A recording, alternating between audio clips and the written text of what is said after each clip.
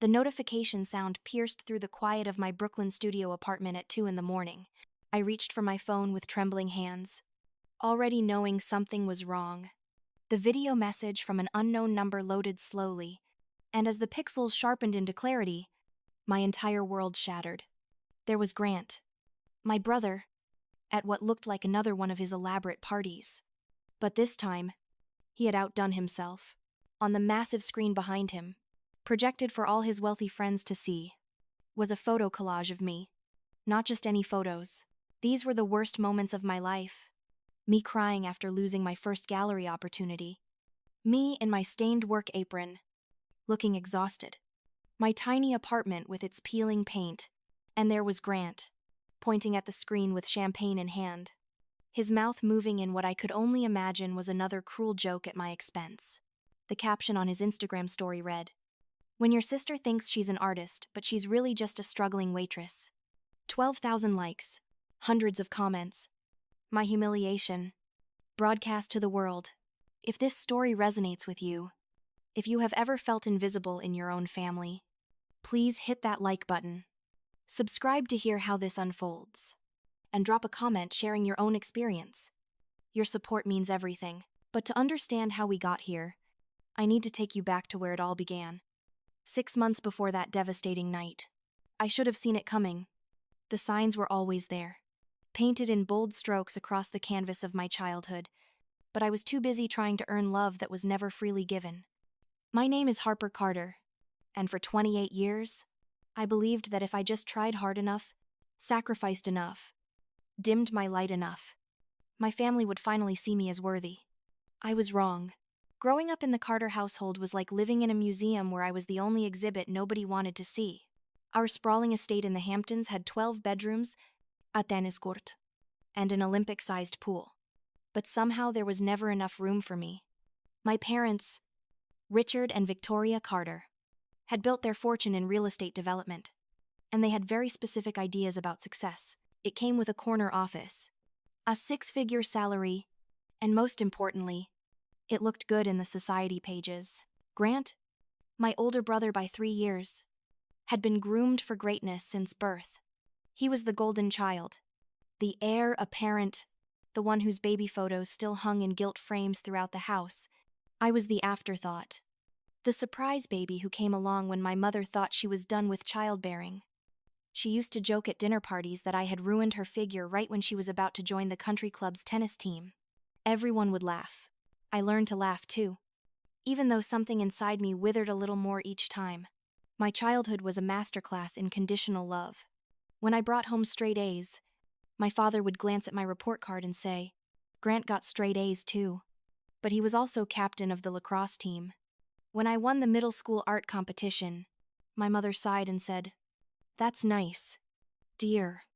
But wouldn't you rather do something useful?" I stopped showing them my drawings after that. I kept creating, though, hiding my sketchbooks under my bed, pouring my heart onto paper in the only language that felt true. Grant learned early that my pain was his entertainment. He was clever about it, always cruel in ways that could be dismissed as sibling rivalry or just joking around.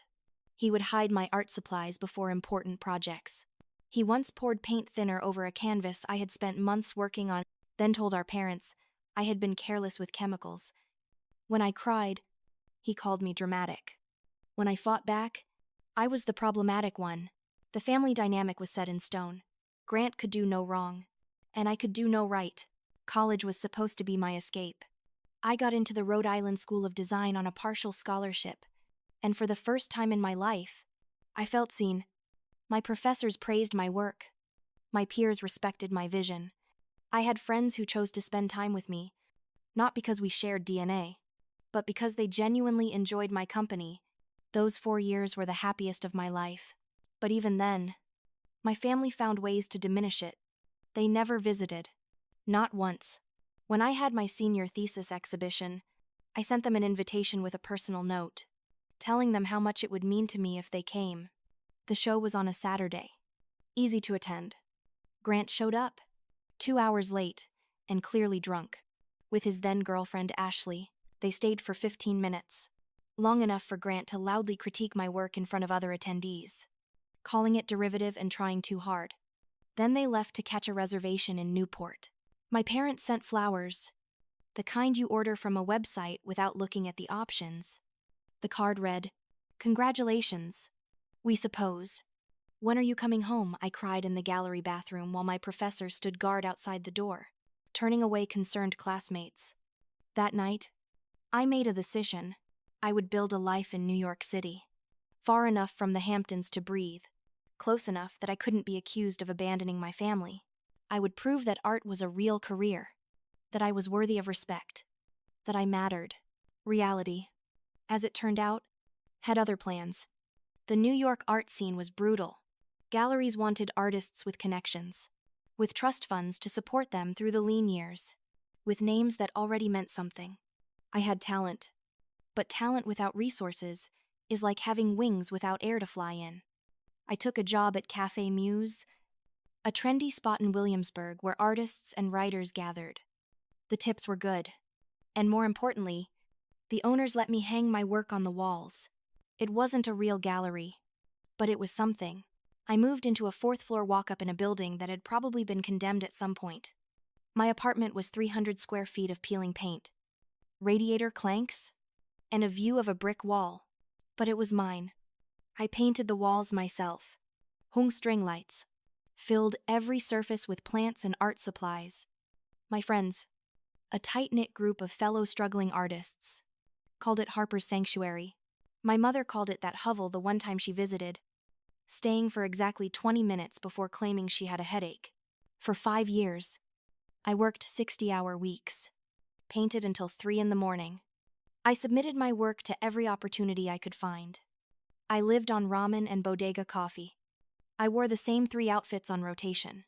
I turned down social events because I couldn't afford the cover charge. And through it all, I kept trying with my family. I sent birthday cards. I called every Sunday. I showed up to Christmas dinners and summer barbecues, enduring Grant's barbs and my parents' disappointed sighs, holding on to the fantasy that someday they would wake up and realize I was worthy of their love. Grant, meanwhile, climbed the corporate ladder at a tech startup that developed scheduling software for enterprises. He was good at his job. I won't deny that. He had the kind of aggressive confidence that corporate America rewards. He networked like it was an Olympic sport. He dated Ashley, a former model turned lifestyle influencer, and they were the kind of couple that magazines featured in Power Couples under 30 articles. His Instagram was a carefully curated highlight reel of success, exotic vacations, expensive watches, rooftop parties with minor celebrities, and he never missed an opportunity to remind me of the gap between us. Every family gathering became a stage for Grant's show, and I was the opening act he mocked before his real performance. "Still slinging coffee?" "Harper," he would ask with fake concern, "have you sold any art yet? Or are you still giving it away for free?" When I tried to talk about a commission I had gotten, he would interrupt with stories of his latest bonus or promotion. My father would beam at Grant with pride I had never seen directed at me. My mother would reach over and squeeze Grant's hand, as if his success was somehow her own creation. The financial exploitation started subtly. About 3 years into my New York life, my mother called with a proposition. She and my father were investing in my future by buying a small gallery space in Chelsea. They would fund it, and I would run it, finally giving me the platform I deserved. I was so desperate for their approval, so hungry for any sign that they believed in me, that I ignored all the red flags. I should have questioned why they needed me to sign so many documents. I should have had a lawyer review the contracts. But I was 25 and naive and so tired of being the family disappointment. The investment turned out to be a loan, with interest, and my name on every piece of paperwork. The gallery space was in my name. The business license was in my name. The insurance, the permits, the tax documents, everything was my responsibility. My parents had essentially bought a property and stuck me with all the legal and financial obligations. When I tried to back out after discovering the truth, my father informed me that I had signed a contract, and if I defaulted, they would sue me. Grant thought the whole thing was hilarious. "Guess you should have read the fine print, little sis," he said with a smirk. I spent the next year working 3 jobs, desperately trying to keep that gallery afloat while meeting the crushing loan payments my parents had saddled me with. My alarm went off at 5:30 every morning. By 6, I was pulling espresso shots at Café Muse, a job I had held since moving to New York and the only stable income I could count on. The cafe shift ended at 2, giving me barely enough time to grab a protein bar and subway across town to the gallery, where I would unlock the doors at 3 and spend the next 5 hours trying to convince people to come inside, to look at art, to buy something, anything. Then, on weekends, I picked up catering shifts at weddings and corporate events, serving champagne to people who reminded me of my family while my feet screamed in too tight shoes. The physical toll came first. I dropped 15 pounds in 3 months. My clothes hanging off me like I was a child playing dress-up.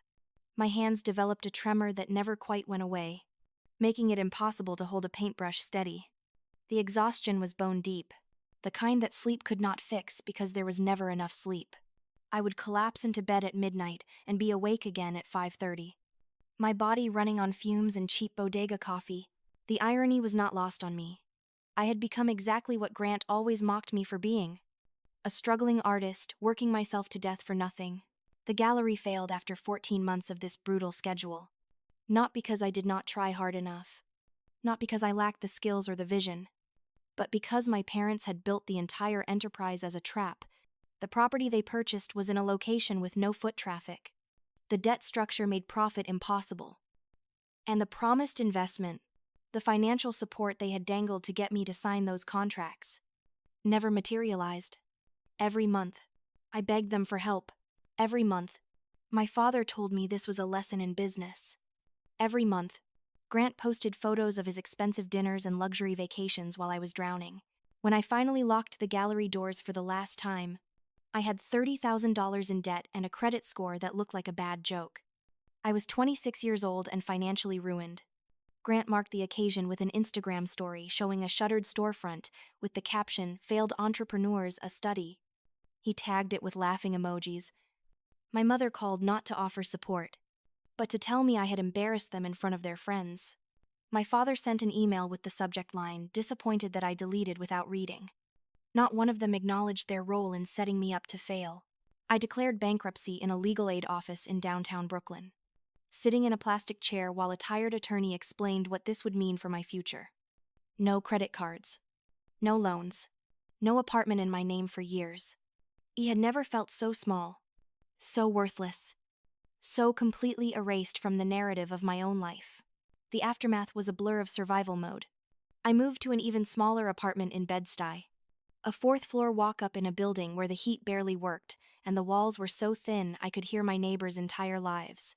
For 2 months, I could not even afford that. My friend Sophia, a photographer I had met at a gallery opening years before, let me sleep on her couch in her cramped Bushwick studio. She never made me feel like a burden, never mentioned the rent I could not contribute. She just shared her ramen and her art supplies and her couch, which became my sanctuary during the darkest period of my life. Leo re-entered my life during this time, though we had known each other since college. He was a tech genius who had been screwed over by his own family in a different way. Written out of a family business after years of building it up, he understood the particular pain of being betrayed by the people who were supposed to protect you.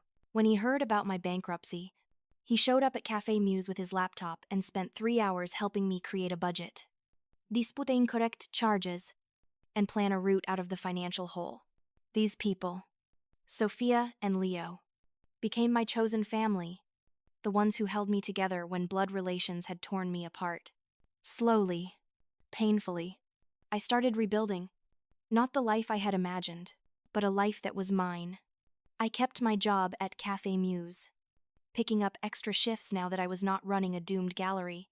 Gloria, the owner who had watched me struggle for years, I started giving me more responsibility, trusting me with opening the cafe and training new employees. The extra hours meant extra money, which meant I could finally move off Sophia's couch and into that barely habitable Bed-Stuy apartment. More importantly, I started painting again. At first, it was terrifying. I had not touched a brush in over a year, and when I finally forced myself to try, my hands shook so badly I could barely mix colors. But I persisted. working with whatever supplies I could afford from the discount art store. Painting on cheap canvas boards instead of the quality materials I had used before. The work was different now. Darker. More raw. I was painting my anger. My pain. My survival. And it showed in every brushstroke. Gloria noticed the change in me. 6 months after the gallery closure, she offered me something I had not dared to hope for: a solo show on the cafe walls. It was not Chelsea. It was not Art Basel. It was a coffee shop in Williamsburg where the art shared space with a chalkboard menu and mismatched vintage furniture. But it was real. And it was mine. I hung 12 small paintings, each one a piece of my journey, through the wreckage my family had created. I titled the show Rebuilding, and priced the pieces low enough that real people, not collectors, could afford them. People came, not crowds, but a steady stream of cafe regulars and curious passers-by.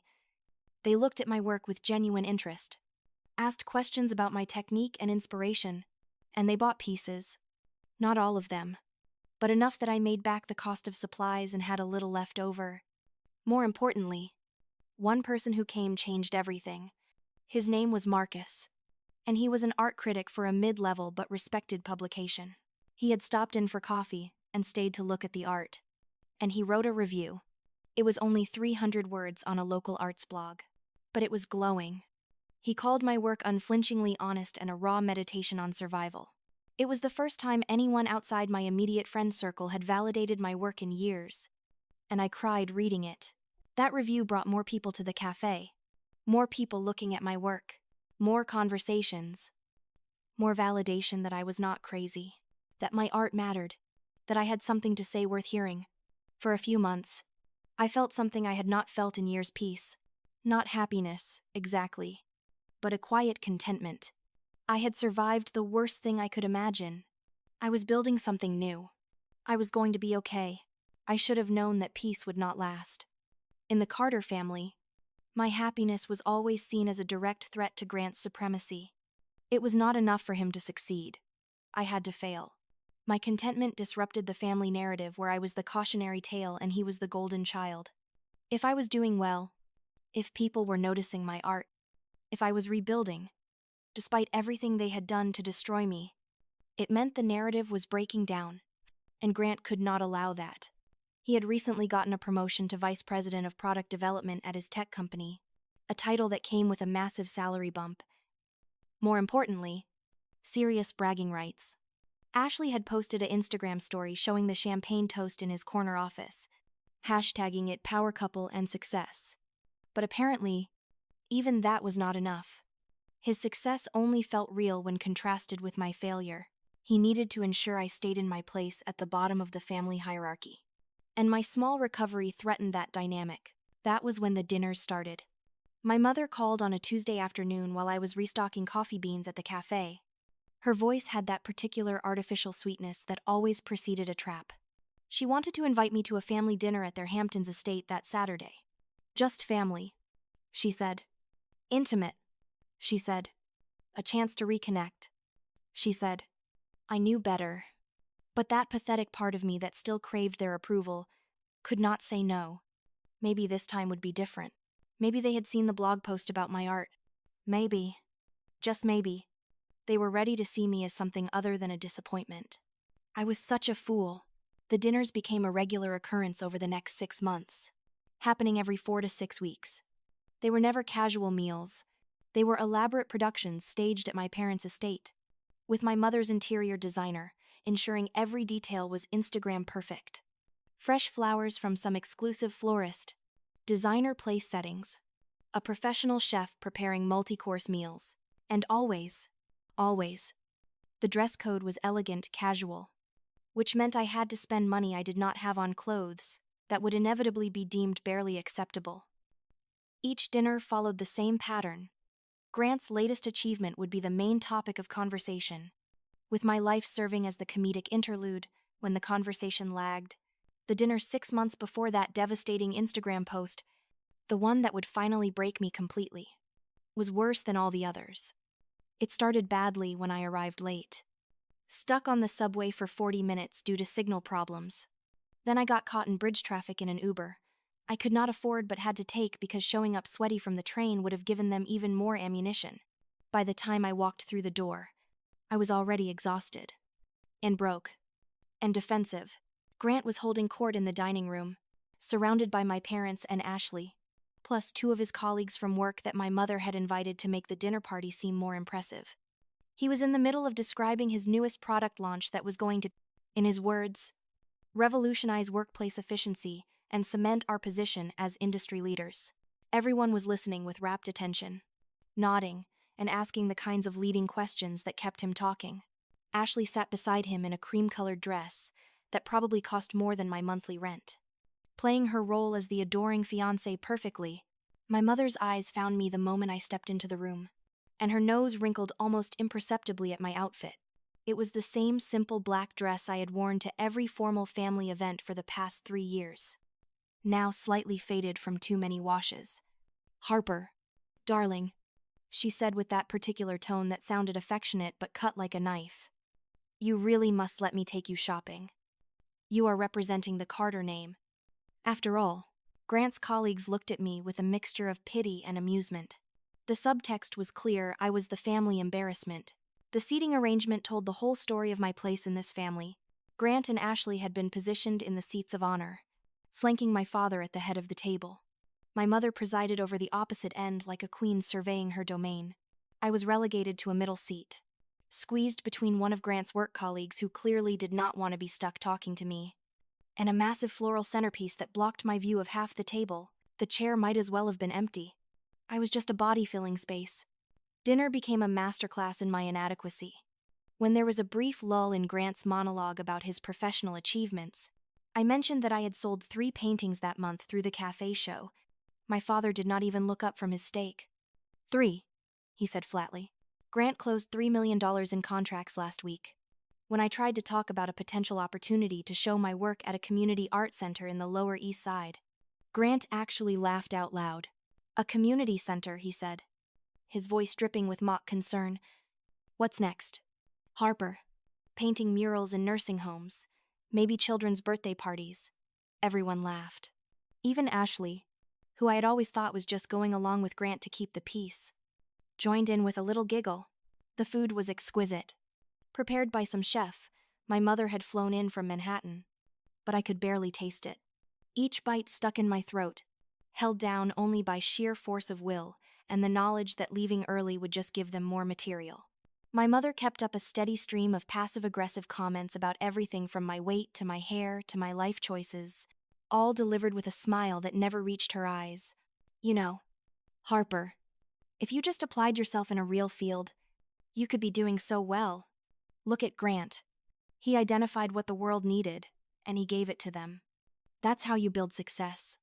What finally broke me that night was not the insults or the dismissiveness. I had learned to expect those, to armor myself against them. What broke me was the erasure. As the chef was preparing to serve dessert, my mother stood up with an announcement. She had been working on a special project, she said. Something to commemorate the family's legacy. She disappeared for a moment and returned with a large, leather-bound photo album that had clearly been professionally designed. She passed it around the table, starting with Grant's colleagues to show off, and I watched as everyone exclaimed over the quality, the design, the thoughtfulness. When it finally made its way to me, I opened it with trembling hands. The first page showed Grant's graduation from business school, beaming in his cap and gown. The next showed his first day at his current company, then his first promotion, his engagement to Ashley, family vacations where he stood at the center of every photo.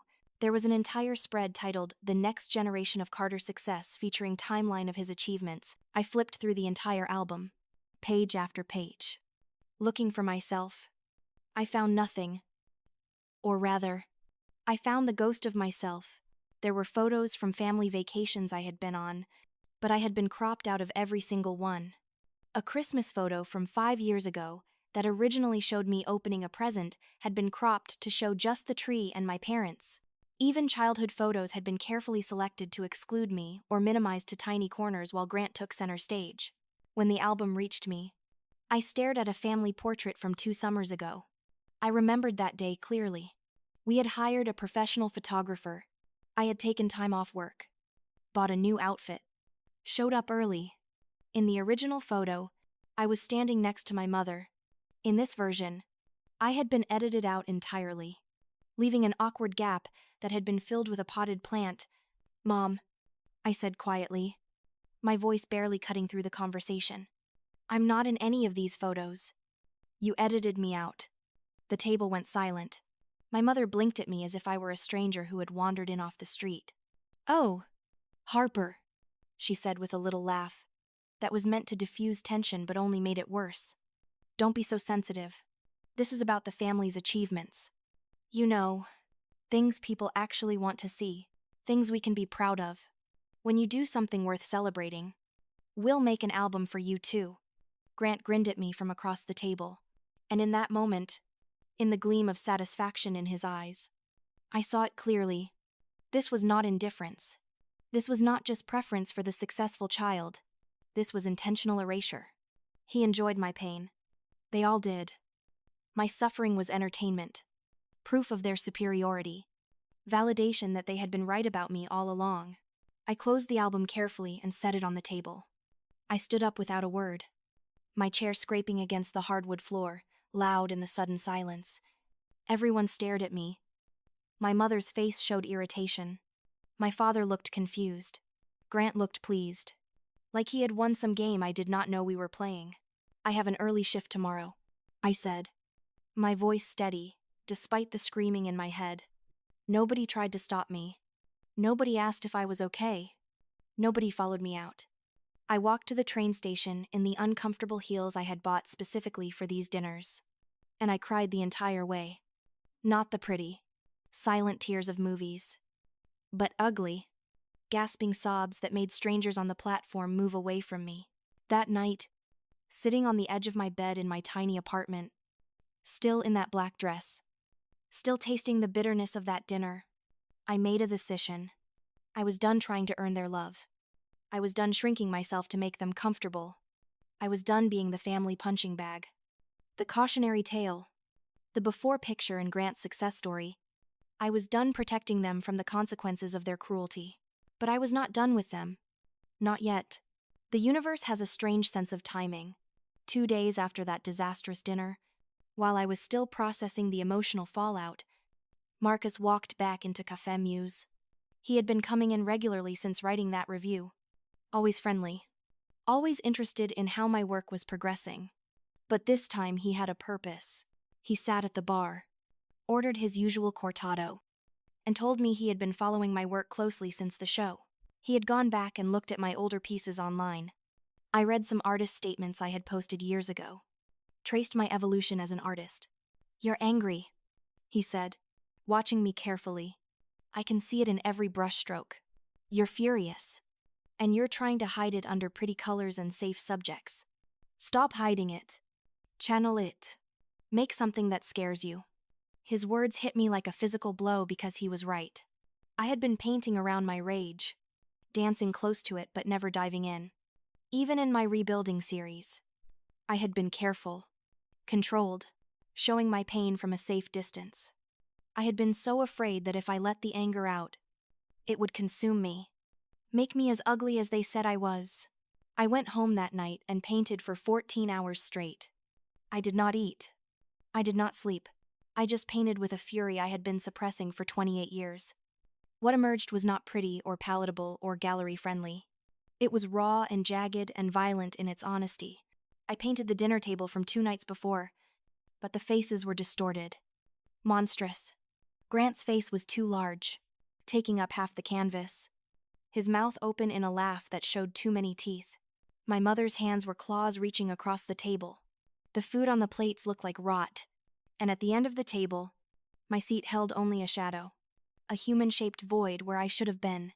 I painted wilting flowers and champagne glasses that looked like shattered crystal. I painted the photo album as a gravestone. I painted everything I had never been allowed to say. Marcus came back a week later, as he had promised. I showed him the painting with shaking hands, terrified he would think I had gone too far, that I was too much, too dramatic, too sensitive. He looked at it for a long time, walking around it, examining every detail. Then he nodded slowly. "This," he said firmly. This is what the world needs to see. This is real. This matters. He told me about a group show he was curating for a small but legitimate gallery in the Lower East Side. The theme was family trauma and artistic response. He wanted to include my painting. The show would open in 2 months. It would get press. It would matter in ways my cafe show could not. I said yes before I could talk myself out of it. That was when Grant escalated. When the Cold War became active combat, I am still not sure exactly how he found out about the show. Maybe through our mother's extensive social network. Maybe through his own surveillance of my social media, which he followed despite never engaging with my posts. But somehow, within days of me agreeing to show that painting, Grant knew. And he launched what I am sure he thought of as a subtle sabotage campaign. He started commenting on my Instagram posts with backhanded compliments that looked supportive on the surface but cut deep. So brave of you to keep trying. Sis, most people would have gotten a real job by now. But I admire your persistence. He sent me articles about artists who had given up and gone into corporate careers. Always with messages like, just something to think about or food for thought. He told my mother I was embarrassing the family with my sad poverty art, and that someone needed to talk sense into me before I humiliated them further. But the real attack, the one that would push me past the point of reconciliation, came at his engagement party. Grant and Ashley had rented out an entire rooftop venue in Manhattan, or one of those places where you can see the entire skyline and feel like you are on top of the world. The invitation arrived with a personal note from Ashley saying how much it would mean to them if I came. It was impossible to refuse without causing a family war. So I went, wearing the same dress I had borrowed from Sophia for other events, hoping to stay invisible for a few hours before making my escape. Grant had other plans. I should have known from the way he kept looking at me throughout the evening. That satisfied smirk playing at the corners of his mouth. Halfway through the party, he called for everyone's attention to make a toast. The crowd of 200 gathered close. Champagne glasses raised. Grant looked handsome and successful in his tailored suit. Ashley glowing beside him in a designer gown that had probably been featured in a bridal magazine. He started with the expected words about love and partnership and future. Then he transitioned to thanking people. His parents for their support. His mentors at work. His friends. And then he decided to entertain his guests with stories about his quirky family, framing it as charming and relatable. Most of it was harmless enough. Gentle ribbing about his father's golf obsession and his mother's interior design addiction. But then he got to me, and my little sister Harper, he said, his voice booming across the rooftop, carrying to every corner. Harper is our resident starving artist. And I mean that literally. Look how thin she's gotten. People laughed. I stood frozen near the back, trapped between strangers. She's still waiting for her big break. We're all waiting for it. Actually, been waiting for, what? 6 years now. 7 any day now. Right. Harper. He looked directly at me.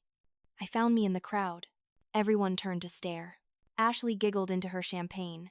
My parents, standing near the bar, smiled indulgently at their golden child. Not a trace of concern for how this was affecting me. Grant raised his glass to me in mock salute.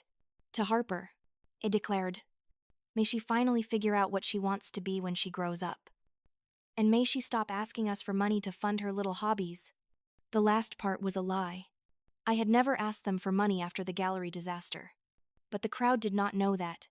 They just laughed, assuming it was true, that I was some spoiled failure leeching off my successful family. The humiliation was complete. I left. I did not wait for the toast to end. I just turned and walked out of that party, pushing through the crowd of strangers who were still chuckling at Grant's jokes. I heard my mother call after me, her voice tinged with fake concern. But I did not look back. I walked 20 blocks in the heels I had borrowed along with the dress, and by the time I reached the subway station, I had blisters on both feet and blood seeping through my stockings. But I also had a clarity I had never experienced before, sitting on the subway platform, waiting for a train that seemed like it would never come. I understood something fundamental. I could not change them. I could not make them love me. I could not earn respect from people who had decided I was worthless before I ever had a chance to prove otherwise. But I could stop giving them the power to hurt me. And more than that, I could stop protecting them from the consequences of their cruelty. They had spent years building their reputation on my silence. What would happen if I stopped being silent? The art show opened 3 weeks after the engagement party. My painting, which I had titled The Empty Chair, was hung in a position of prominence on the main wall where people would see it immediately upon entering. The opening night was packed, far more than anyone expected for a group show of unknown artists. Marcus had done his job well, getting the word out through his connections, drumming up interest in the press. The gallery was small but legitimate, the kind of space where real critics and real collectors showed up. People stood in front of my painting for long minutes, silent and contemplative. I watched from across the room as strangers tried to process what I had painted. The raw ugliness of family dysfunction made visible. Some cried. Many came up to me afterwards to share their own stories of family rejection and survival, as if my painting had given them permission to acknowledge their own pain. A woman my age told me about being the scapegoat in her family. A middle-aged man described being cut off by his parents for choosing the wrong career. Their stories poured into me. Validation that I was not crazy, that what I had experienced was real and recognized. I did not invite my family. I did not tell them about it. I let them exist in their bubble of superiority, convinced that my life was still the joke they had always believed it to be. Meanwhile, my painting sold for $5,000 to a collector who wanted to include it in a traveling exhibition about contemporary artists exploring trauma. Marcus wrote a feature about me, about my work, about the courage it takes to turn pain into art. For the first time in my life, I felt powerful. I felt seen, and I wanted more. That was when Leo came back into my life in a more significant way. Leo and I had met in college, two scholarship kids who did not quite fit in with the trust fund crowd. He had gone into tech, but not the corporate ladder Grant loved. He was a freelance security consultant, one of those people who understood the dark corners of the internet and could navigate them without leaving a trace. We had remained casual friends, but after the engagement party humiliation, I called him. I was not sure what I wanted, only that I was tired of being defenseless. We met at a dive bar in the East Village, the kind of place where nobody cared who you were or why you looked angry. I told him everything. The years of abuse, the financial manipulation, the constant degradation, the Instagram post that was coming. I could feel it. Where Grant would mock my art show, Leo listened without interrupting, nursing a beer and nodding occasionally. When I finished, he looked at me for a long moment. "You want to hit back?" he said. It was not a question. "I want them to understand what they did to me." I replied, "I want them to feel a fraction of what I felt." "Revenge is complicated," Leo warned. "It can eat you alive if you are not careful. But if you are serious, if you really want to make them see you, I can help. Not illegal stuff. I do not do that. But there are ways to level the playing field, ways to make sure their truth becomes as public as your humiliation." I thought about it. I thought about walking away entirely, cutting them off, living my life without them.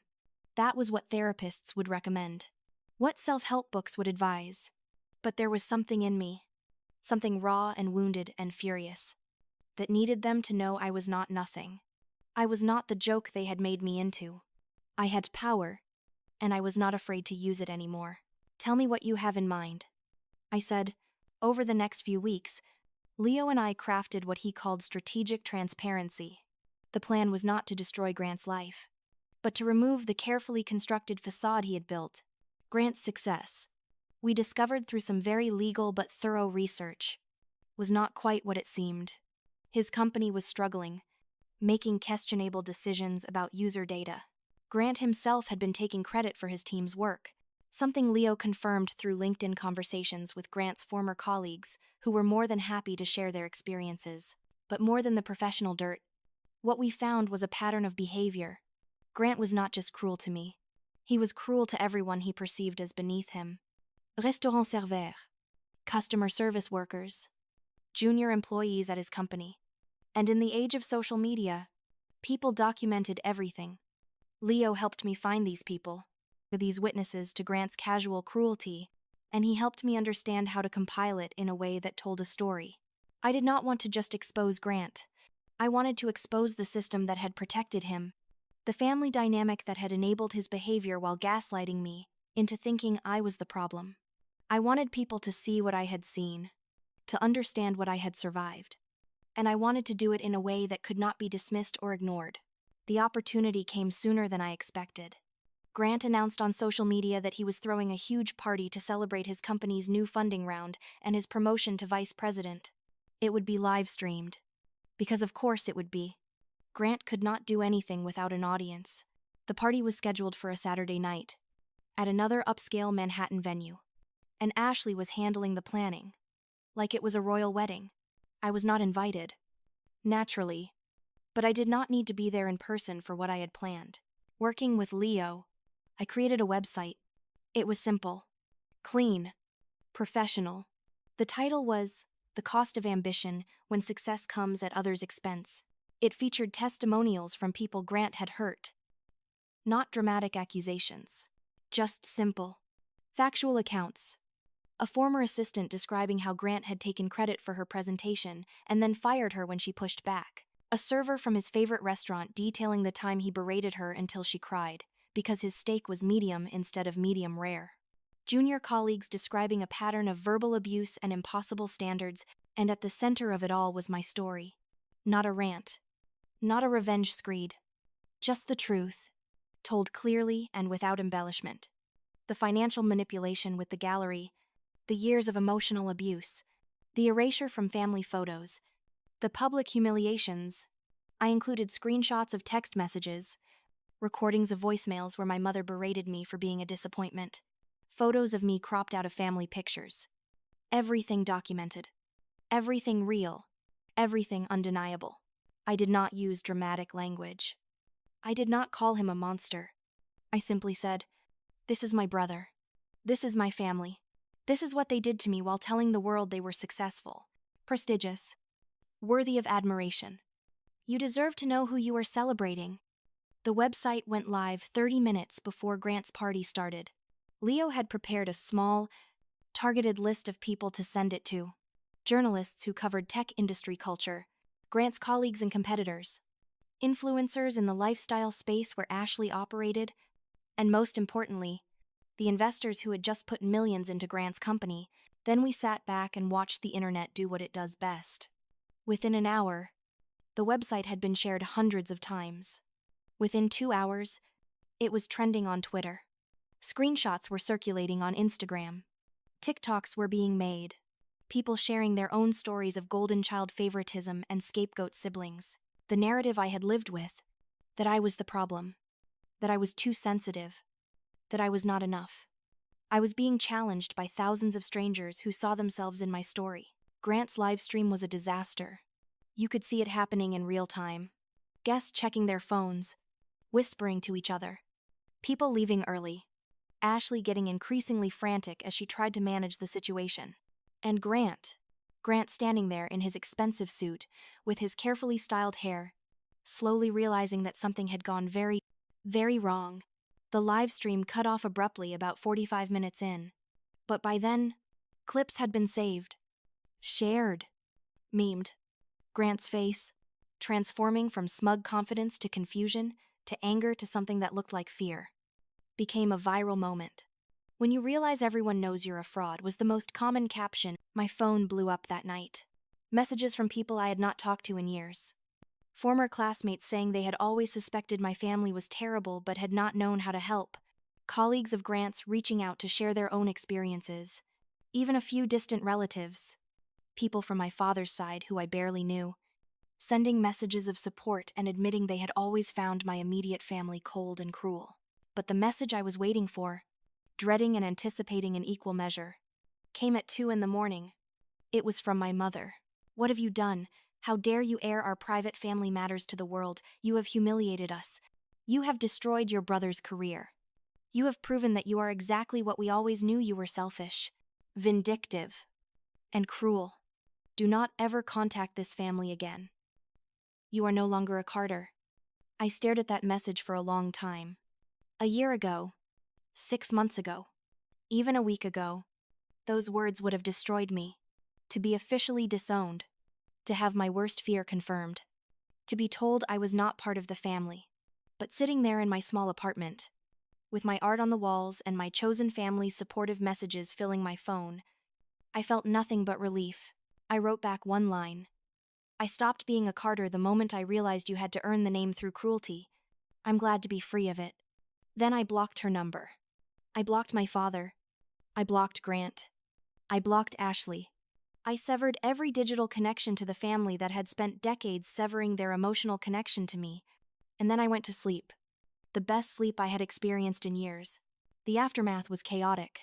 Grant's company launched an investigation into his conduct, which led to him being placed on administrative leave while they sorted through multiple complaints from current and former employees. The investors pulled some of their funding. Ashley, who had built her entire brand around being part of a power couple, quietly removed photos of Grant from her Instagram and was spotted having lunch with another minor tech executive within 2 weeks. My parents hired a lawyer, threatening to sue me for defamation. But everything on my website was true, documented, and in many cases, already public through social media posts they had made themselves. The lawyer sent one threatening letter and then went silent. Turns out, when you have been publicly cruel to your own child for decades, you do not have much legal ground to stand on when that child finally tells the truth. The best part, the part that felt like the universe finally balancing the scales, came 3 weeks later. I got an email from a gallery owner in Chelsea, one of the real galleries, the kind I had dreamed about for years. She had seen my website and my art. She said my work resonated with the current cultural conversation about family trauma and healing. She wanted to offer me a solo show, a real one, in a real gallery, with real support and promotion. I sat in Café Muse when I read that email, surrounded by the morning rush of coffee orders and the smell of fresh pastries. And I cried. But this time, they were not tears of pain or humiliation or defeat. They were tears of relief, of validation, one of a dream I thought had died coming back to life in a way I never expected. Gloria came over, concerned, and I showed her the email. She pulled me into a hug and said, "I always knew you were going to make it. Baby, I just knew." The solo show opened 2 months later. I called it Invisible: A Study in Erasure and Survival. It featured 15 paintings, each one exploring a different aspect of growing up as the scapegoat in a family of narcissists. The centerpiece was a massive canvas, 6 feet tall, showing a family dinner table. Everyone at the table had distinct faces, detailed and clear. But the chair at the end, my chair, held only a shadow, a human-shaped void. The painting was titled Present. The opening was everything I had ever dreamed of and more of. Feely 720. The gallery was packed. Marcus brought colleagues from major art publications. Collectors came. Museum curators came. And my real family came: Sophia and Leo and Gloria and all the friends who had held me together when I was falling apart. We drank cheap wine out of plastic cups and we laughed, and we celebrated not just my art, but my survival. 3 of my paintings sold that night. 2 museums expressed interest in acquiring pieces for their permanent collections. I had interviews scheduled with art magazines. My website, which I had transformed from an exposure site into a portfolio and blog about healing from family trauma, was getting thousands of views a day. People were reaching out constantly, sharing their stories, asking for advice, thanking me for giving voice to their own experiences. I did not feel triumphant. I did not feel like I had won some grand battle. What I felt was free. For the first time in my life, I was not performing for approval I would never receive. I was not shrinking myself to make others comfortable. I was not sacrificing my truth to maintain a false peace. I was simply existing as myself, fully and unapologetically, and people were responding to that authenticity. Grant tried to contact me once. About a month after everything imploded, he called from a number I did not recognize, and I answered without thinking. His voice was different, smaller somehow, stripped of the bravado that had always defined him. "Harper," he said, "can we talk?"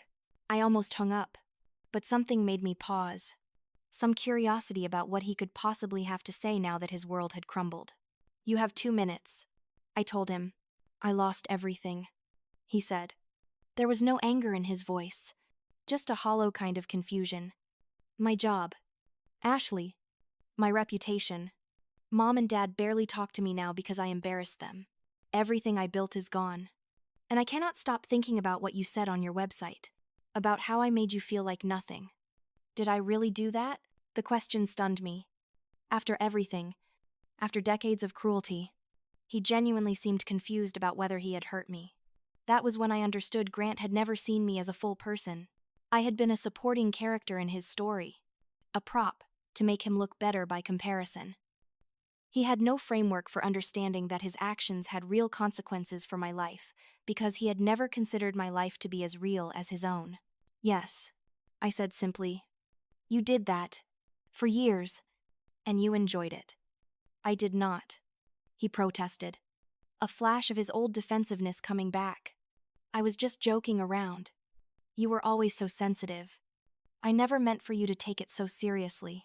And there it was. The missing piece. Grant genuinely believed that his intent mattered more than the impact. He thought that because he had not set out to destroy me, the destruction did not count. He had spent his whole life being told he was special, that his perspective was the only one that mattered, that other people's feelings were inconveniences to be dismissed. He had no capacity to see beyond himself. Grant, I said, and my voice was steady, clear, stripped of the pain that had defined our relationship for so long. I do not forgive you. I do not think you are capable of understanding what you did to me. But I want you to know something. I am not sorry. Not for the website. Not for telling the truth. Not for any of it. You taught me that I did not matter. I proved you wrong. Thank you for that lesson. I hung up before he could respond. I blocked the number. And I moved forward. 6 months later, my life looked nothing like it had a year before. I had left Café Muse. Not because I was ashamed of the work, but because my art career was finally sustainable. I had sold enough pieces and secured enough commissions that I could focus on creating full-time. I moved to a bigger apartment. Still in Brooklyn. With actual bedroom and a space I could use as a studio. It had big windows that let in natural light, and I painted in the mornings with coffee and music and a sense of peace I had never experienced before. I started teaching a weekly art workshop for teenagers from difficult family situations. The community center provided the space for free, and I provided the supplies and the understanding. Watching these kids, many of them carrying the same wounds I had carried, find their voice through art was more fulfilling than any gallery show could ever be. My relationship with my parents' side of the family, the aunts and uncles and cousins I barely knew, improved slightly.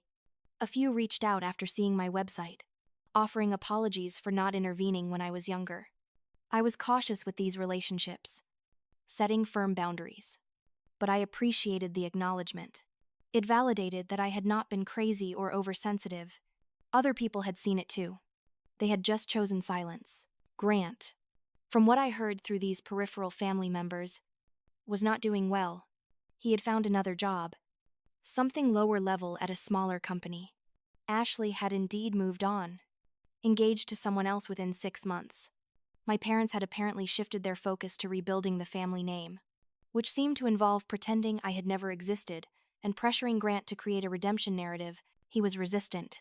From what I heard, finally realizing that performing for their approval was a losing game. I felt a strange kind of pity for him. Not enough to reach out. Not enough to forgive. But a distant sadness for the person he might have been if he had been raised to see others as fully human. He was, in his own way, as much a victim of our parents' narcissism as I was. They had just victimized him by inflating his ego, instead of destroying my self-worth. The result was different, but the manipulation was the same. My mother tried to reach out once, through a relative, claiming she wanted to reconcile. I agreed to meet her for coffee, curious about what she would say. Now that I had nothing left to lose, we met at a neutral cafe, far from both the Hamptons and my Brooklyn neighborhood. She looked older than I remembered, more fragile. She started with small talk, asking about my art, commenting on the weather. I let her talk, watching her struggle to find an opening. Finally, she said, "Harper, I think there were misunderstandings between us. Family is complicated. Surely we can move past this." Misunderstandings, I repeated flatly. Is that what you call erasing me from family photos, saddling me with debt, allowing Grant to torment me for decades? She flinched. You make it sound so much worse than it was. We were just trying to motivate you to be more successful. Grant needed that confidence. And you? Well, you were always so moody and difficult. We did not know how to reach you. I stood up.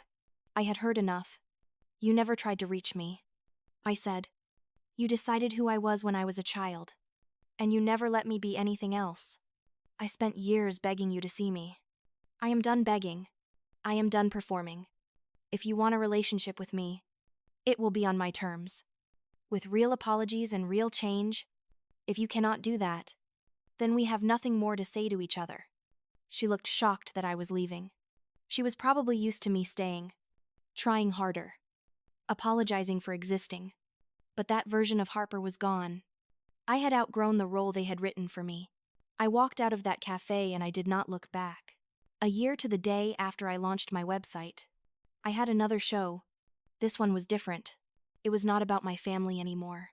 It was about healing, about building something new from broken pieces.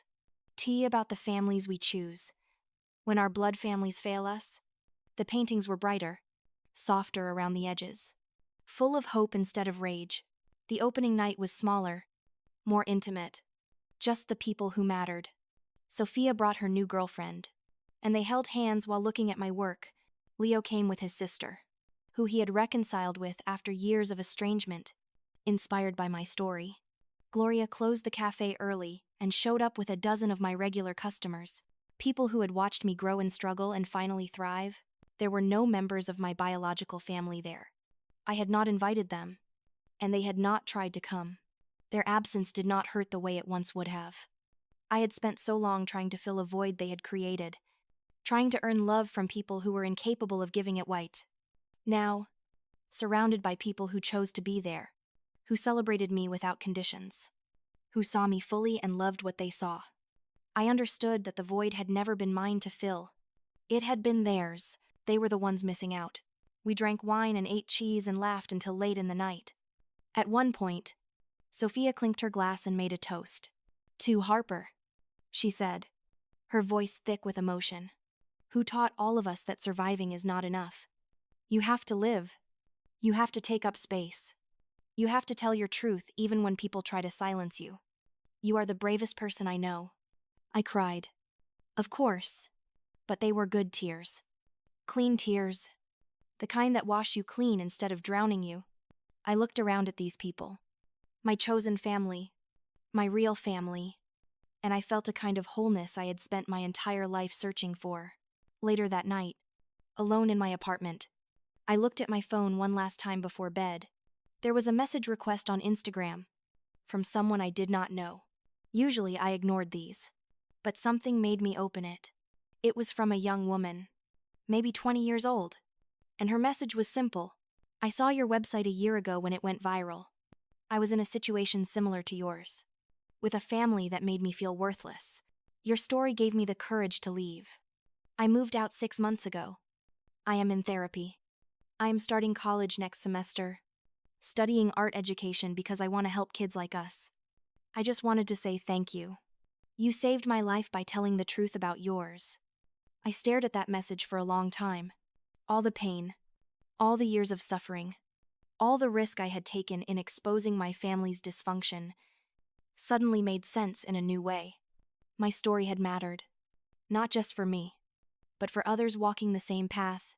I had turned my wounds into something useful, something that helped others heal. I wrote back. You saved your own life by being brave enough to leave. I just held up a mirror. Keep going. Keep creating. Keep taking up space. The world needs people like us. That night, I fell asleep with a smile on my face. No nightmares about family dinners or public humiliation or not being enough. I dreamed about blank canvases and bright colors and a future that belonged entirely to me. That was 2 years ago now. My life today is unrecognizable from the life I had when I was still trying to earn my family's love. I have had 3 more solo shows. My work is in the permanent collections of 2 museums. I teach art workshops full-time now, working with teenagers and young adults from difficult family situations. I have written a book about my experience. combining my art with essays about family trauma and healing. It comes out next month. I still live in Brooklyn, but in a much nicer apartment with floor-to-ceiling windows and a dedicated studio space. I have plants everywhere and art on every wall. My friends joke that my home looks like a museum gift shop had a baby with a botanical garden, and I take it as a compliment. This space is mine, every inch of it, a reflection of who I am without anyone trying to shape me into who they wanted me to be. Grant and I have no relationship. I hear about him occasionally through the family grapevine. He has apparently done some genuine self-reflection, started therapy, and is trying to become a better person. I hope that is true, for his sake, but his healing journey is separate from mine. I do not need to witness it or validate it or be part of it. Some bridges, once burned, are not meant to be rebuilt. That is okay. My parents and I are estranged. They send a card at Christmas, always signed just Mom and Dad with no personal message. I do not send cards back. The relationship is over, and I have made peace with that. There is grief in it. The grief of mourning the parents I needed, but never had. But there is also freedom. I no longer perform for their approval. I no longer shrink myself to make them comfortable. I exist loudly and proudly and completely as myself.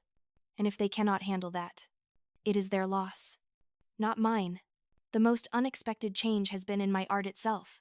When I first started creating work about my family, it was dark and angry and full of pain.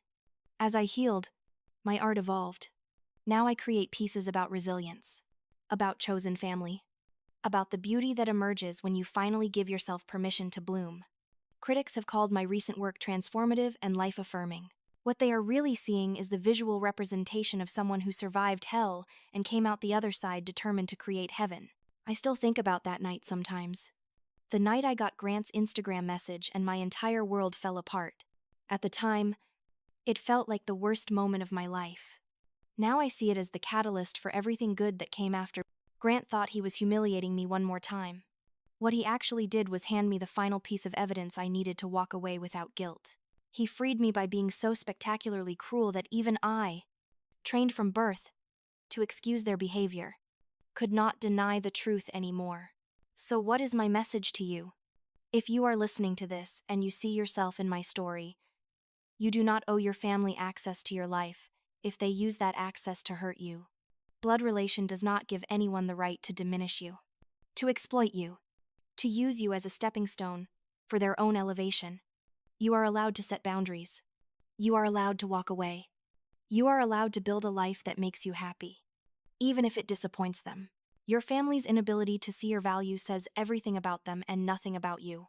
The right people will see you, will celebrate you, will hold space for you to be fully yourself. Find those people, build a life with those people, and when you are finally free, when you are finally living authentically, create something beautiful from the pain you survived. Turn your wounds into wisdom. Help others who are still trapped in the darkness you escaped. I am not going to lie and say it is easy. Walking away from family, even toxic family, is one of the hardest things you will ever do. There will be moments of doubt. There will be grief. There will be people who judge you for not forgiving and forgetting. Let them judge. They have not walked your path. They have not carried your pain. You do not owe anyone an explanation for choosing yourself. But I promise you this, on the other side of that choice is a life more beautiful than you can imagine. A life where you wake up without dread. A life where you pursue your dreams without sabotage. A life where you are surrounded by people who love you for who you are, not who they want you to be. That life is waiting for you.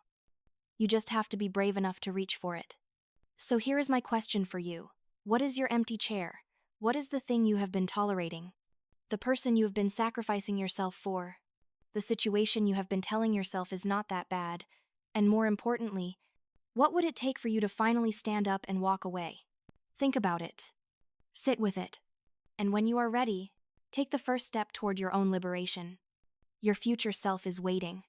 And trust me, she is incredible. If this story resonated with you, if you have been the scapegoat in your own family, if you are tired of being made to feel small, hit that like button. Subscribe so you do not miss future stories about reclaiming your power. And most importantly, comment below. Tell me your story. Tell me your empty chair. Let's build a community of people who refuse to stay invisible. Your voice matters. Your story matters. You matter. This is Harper. Signing off.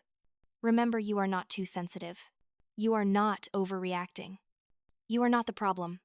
You are simply refusing to be complicit in your own erasure. And that is the bravest thing you can do.